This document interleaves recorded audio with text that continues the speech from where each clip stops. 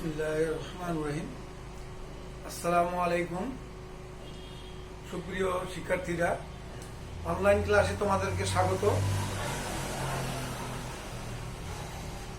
আমি মোহাম্মদ আব্দুল সালাম, সহকারী অধ্যাপক, অর্থনীতি বিভাগ, শ্যামপুর মহাবিদ্যালয়, শ্যামপুর সদর, রংপুর। আজকে আমরা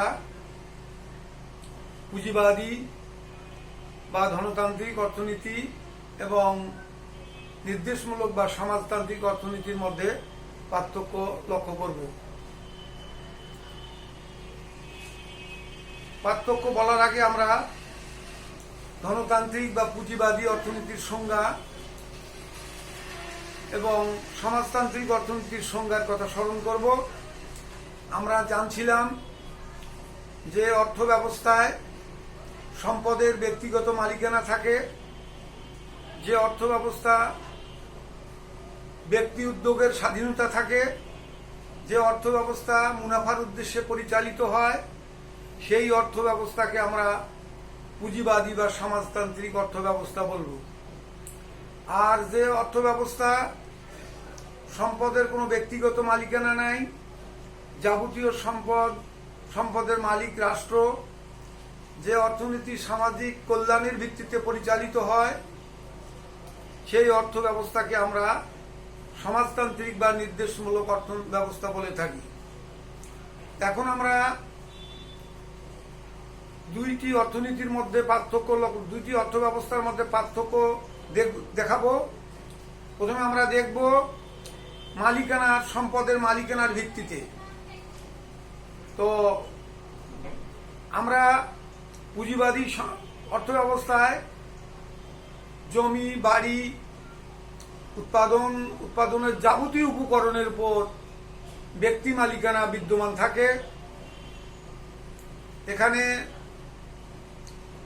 ব্যক্তিরাই সম্পদের মালিক এবং ব্যক্তিগত উদ্যোগেই যাবতীয় অর্থনৈতিক কার্যাবলী পরিচালিত হয়।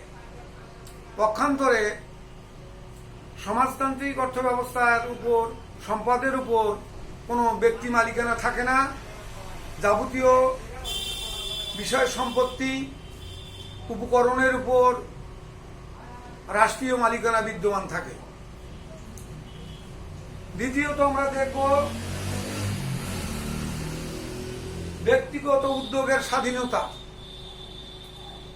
কি উৎপাদন হবে, কি পরিমাণে হবে, কাহার জন্য উৎপাদিত হবে, কিভাবে বণ্টিত হবে, এগুলো ব্যক্তিগত উদ্যোগে বা বেসরকারি উদ্যোগে পরিচালিত হয় পুঁজিবাদী অর্থনীতিতে। আবার পক্ষান্তরে আমরা লক্ষ্য করি, দেখি যে সমাজতান্ত্রিক অর্থনীতিতে যাবতীয়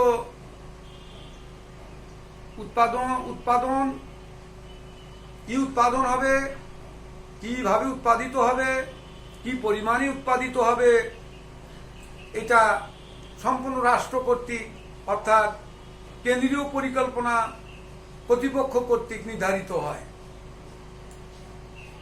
আর আমরা লক্ষ্য করলাম পুঁজিবাদে ব্যক্তিগত উদ্যোগে বা সম্পূর্ণ বেসরকারি উদ্যোগে সেটা পরিচালিত হয়। এবার আমরা দেখব ভোগের স্বাধীনতা। পুঁজিবাদী অর্থনীতিতে ব্যক্তির স্বাধীনতা থাকে, ভোগের স্বাধীনতা থাকে। এখানে ভোক্তার উপর গুরুত্ব আরোপ করে ভোক্তার ইচ্ছা মাফিক ভোগের জন্য দ্রব্য উৎপাদিত হয়। আবার পক্ষান্তরে সমাজতান্ত্রিক অর্থনীতিতে ভোগের কোনো স্বাধীনতা থাকে না। কেন্দ্রীয় পরিকল্পনা কর্তৃপক্ষ যা উৎপাদন করে তাই তাদেরকে ভোগ করতে হয়। এটা আমাদের সমাজতান্ত্রিক অর্থনীতির বৈশিষ্ট্য। এবার আমরা দেখব মুনাফা অর্জন। পুঁজিবাদী বা ধনতান্ত্রিক অর্থনীতির মূল উদ্দেশ্য হল মুনাফা অর্জন। সম্পদের ব্যক্তিগত মালিকানা থাকায় তারা মুনাফার উদ্দেশ্যে উৎপাদন কার্য পরিচালিত করে। এতে করে লক্ষ্য করা যায় এক শ্রেণীর মানুষ অঢেল সম্পত্তির মালিক পরিণত হয়, আর কিছু শ্রেণীর মানুষ তারা দরিদ্র বা শ্রমিক শ্রেণীতে পরিণত হয়। আর সমাজতান্ত্রিক অর্থনীতিতে এ ধরনের মুনাফার কোনো সুযোগ নেই, কারণ সেখানে সম্পত্তির মালিক ব্যক্তি থাকে না, ব্যক্তি উদ্যোগে কার্য পরিচালিত হয় না, কেন্দ্রীয় কর্তৃপক্ষ কর্তৃক পরিচালিত হয়। তাই সেখানে যাবতীয় অর্থনৈতিক কার্যাবলী সর্বাধিক সামাজিক কল্যাণ নিশ্চিত করার জন্য পরিচালিত হয়, যাতে মানুষের কল্যাণ সর্বাধিক হয় সেদিকে গুরুত্ব আরোপ করা হয়, যার ফলে সেখানে কোনো মুনাফার অস্তিত্ব নাই। এখন আমরা দেখব অবাধ প্রতিযোগিতা। পুঁজিবাদী বা ধনতান্ত্রিক অর্থনীতিতে আমরা অবাধ প্রতিযোগিতা লক্ষ্য করি। বিভিন্ন উৎপাদন প্রতিষ্ঠানের মধ্যে একটা প্রবল একটা প্রতিযোগিতা লক্ষ্য করি। যে সমস্ত ব্যবসায়িক প্রতিষ্ঠান দক্ষ তারা প্রতিযোগিতায় টিকে থাকে, এবং যে সমস্ত প্রতিষ্ঠান অদক্ষ সেগুলো প্রতিযোগিতা থেকে বহিষ্কৃত হয়ে যায়, এবং যারা দক্ষ তারাই টিকে থাকে। সমাজতান্ত্রিক বা নির্দেশমূলক অর্থনীতিতে অবাধ প্রতিযোগিতা থাকে না, সেখানে কেন্দ্রীয় পরিকল্পনা কর্তৃপক্ষ কর্তৃক যাবতীয় অর্থনৈতিক কার্যক্রম পরিচালিত হয়, এখানে কোনো প্রতিযোগিতা থাকে না। শ্রেণী শোষণ আমরা দেখেছি। পুঁজিবাদে সম্পদের ব্যক্তিগত মালিকানা থাকে, এক শ্রেণীর মানুষ মুনাফা অর্জন করতে করতে কোটিপতিতে পরিণত হয়, আর এক শ্রেণীর মানুষ শ্রমিক শ্রেণীতে পরিণত হয়। সেই সমস্ত ধনিক শ্রেণীরা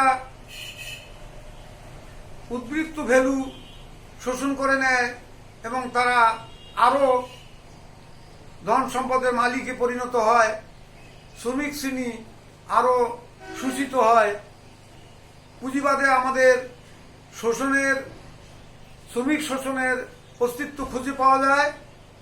অপরপক্ষে নির্দেশমূলক অর্থনৈতিক ব্যবস্থায় এখানে যাবতীয় সম্পদের মালিক রাষ্ট্রের হাতে ন্যস্ত থাকে, জনগণই সমস্ত সম্পদ বা উপকরণের মালিক। এখানে যাবতীয় কর্মক্রিয়া সামাজিক কল্যাণের ভিত্তিতে পরিচালিত হয় বিধায় এখানে শ্রমিক শোষণ সুযোগ নেই। তারপর আমরা দেখব আয় বৈষম্য। আমরা পুঁজিবাদে বা ধনতান্ত্রিক অর্থনীতিতে এক শ্রেণীর মুষ্টিমেয় লোকের হাতে সম্পদ সঞ্চিত হয়, এবং তারা পুঁজিপতিতে পরিণত হয়, এবং সেখানে ধনবৈষম্য থাকে। আর সমাজতান্ত্রিক অর্থনীতিতে সেখানে পুঁজিপতি বা শ্রমিক শ্রেণীর উদ্ভব ঘটে না, ফলে সেখানে ধনবৈষম্যের কোনো সুযোগ থাকে না। বন্টন ব্যবস্থা। পুঁজিবাদে সাধারণত ব্যক্তি মালিকানায় সম্পদ সংগ্রহ থাকে, ব্যক্তিরাই উদ্যোগ গ্রহণ করে কি উৎপাদন হবে, কতটুকু হবে, এবং কিভাবে হবে, কার মাধ্যমে বণ্টিত হবে। এক্ষেত্রে রাষ্ট্রীয় কোনো হস্তক্ষেপ হয় না। সমাজতান্ত্রিক অর্থনীতিতে দেখা যায় সেখানে যোগ্যতা অনুযায়ী কাজ হবে, এবং কাজ অনুযায়ী তারা মজুরি পাবে, এটাই হলো বন্টন ব্যবস্থা।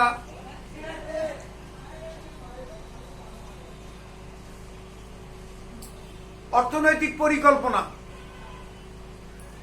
পুঁজিবাদী বা ধনতান্ত্রিক অর্থ ব্যবস্থায় অর্থনৈতিক পরিকল্পনার গুরুত্ব খুবই সীমিত এবং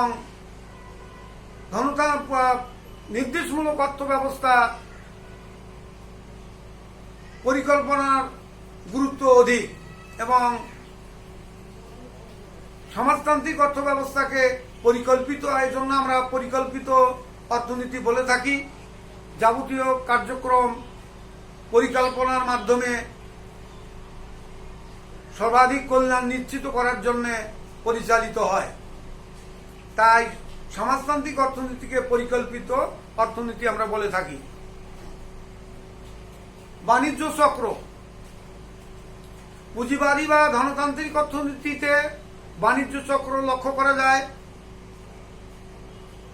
পরিকল্পনার অভাবে অনেক সময় অতি উৎপাদন, কখনো বা স্বল্প উৎপাদন দেখা যায় এবং এক্ষেত্রে বাণিজ্য চক্র দেখতে পাই আমরা। তাছাড়া আমরা অধিক বেকারত্ব লক্ষ্য করি, কিন্তু সমাজতান্ত্রিক অর্থনীতিতে বাণিজ্য চক্র থাকে না, কারণ এখানে পরিকল্পিতভাবে যাবতীয় উপকরণকে আমরা প্রয়োগ করে থাকি, যার ফলে অতি উৎপাদন বা স্বল্প উৎপাদনের সম্ভাবনা থাকে না। এখানে শ্রমিক ছাঁটাই কিংবা শ্রমিক বেকারত্বের কোনো সুযোগ নেই। স্বয়ংক্রিয় দাম ব্যবস্থা, পুঁজিবাদী বা ধনতান্ত্রিক অর্থনীতিতে যাবতীয় কার্যক্রম পণ্যের দাম স্বয়ংক্রিয় দাম ব্যবস্থা দ্বারা নির্ধারিত হয়, আর সমাজতান্ত্রিক অর্থনীতিতে স্বয়ংক্রিয় দাম ব্যবস্থা থাকে না। এখানে কেন্দ্রীয় পরিকল্পনা কর্তৃক প্রতিটা দ্রব্যের দাম নির্ধারিত হয়, সেই নির্ধারিত দামেই ক্রেতারা পণ্য ক্রয়ে বাধ্য থাকে। এতক্ষণে আমরা পুঁজিবাদী বা ধনতান্ত্রিক অর্থনীতির মধ্যে সঙ্গে সমাজতান্ত্রিক বা নির্দেশমূলক অর্থনীতির পার্থক্য দেখলাম। পরবর্তী ক্লাসে আমরা মিশ্রতান্ত্রিক অর্থ ব্যবস্থা সম্বন্ধে জানব এবং বৈশিষ্ট্য সম্বন্ধে জানব। আজকে এ পর্যন্তই। সকলকে ধন্যবাদ।